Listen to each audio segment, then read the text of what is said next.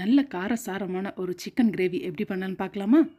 இந்த கிரேவி பண்ணுறதுக்கு ஃபஸ்ட்டு நம்ம ஒரு மசாலா ரெடி பண்ணணும். அது பண்ணிக்கலாம். இதுக்கு ஒரு ஃபஸ்ட்டு பேன் வச்சுக்கோங்க. 2 டீஸ்பூன் அளவுக்கு மல்லி, 1 டீஸ்பூன் அளவுக்கு மிளகு, கொஞ்சமாக பட்டை அண்ட் 4 வரமிளகா சேர்த்துக்கோங்க.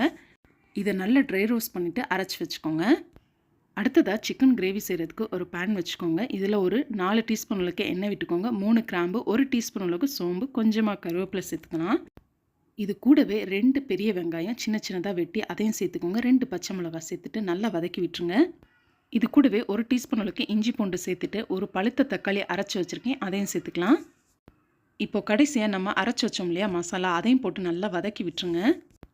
மசாலா நல்லா வதங்கி வந்ததுக்கப்புறமா சிக்கன் சேர்த்துக்கலாம். கடைசியாக தேவையான அளவு உப்பு சேர்த்துக்கிட்டு ஒரு வாட்டி நல்லா மிக்ஸ் பண்ணி விட்டுருங்க. அண்ட் ஃபைனலாக 1 டீஸ்பூன் அளவுக்கு சில்லி பவுடர் மிளகாய் தூள் சேர்த்துக்கிட்டு ஒரு வாட்டி மிக்ஸ் பண்ணிட்டு கொஞ்சமாக தண்ணி விட்டு ஒரு லிட்டு போட்டு க்ளோஸ் பண்ணி வச்சுருங்க. அண்ட் லாஸ்ட்டாக கொஞ்சமாக கொத்தமல்லி தூவி இறக்குனீங்கன்னா சூப்பரான ஒரு chicken gravy ready. Thank you for